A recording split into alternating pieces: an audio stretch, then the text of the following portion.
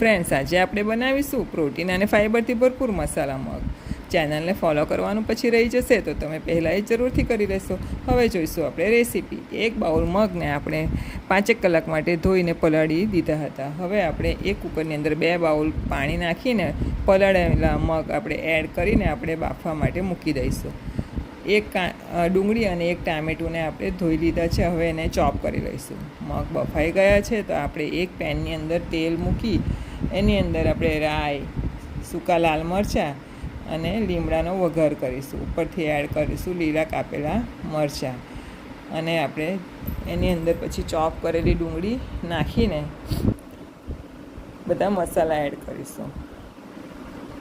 લસણ બિલકુલ ઓપ્શનલ છે. હળદર, લાલ મરચું પાવડર, મીઠું અને આદુ મરચાંની પેસ્ટ નાખીને બરાબર હલાવીને ડુંગળીને આપણે 1 મિનિટ માટે થવા દઈશું. પછી એડ કરીશું અંદર ટામેટું અને એની અંદર પછી આપણે બાફેલા મગ એડ કરી દઈશું અને ધાણા જીરું પાવડર નાખીને મગને હલાવીને મગને થોડી વાર માટે થવા દઈશું. મગ થઈ જાય એટલે એની ઉપર આપણે ધાણા સ્પ્રિંકલ કરીશું. તો ફ્રેન્ડ્સ, ખૂબ જ સરસ થોડા તીખા મગ રેડી થઈ ગયા છે અને એની સાથે છે રસ અને જુવાર અને ઘઉંનો મિક્સ કરેલા લોટની ફુલકા રોટલી.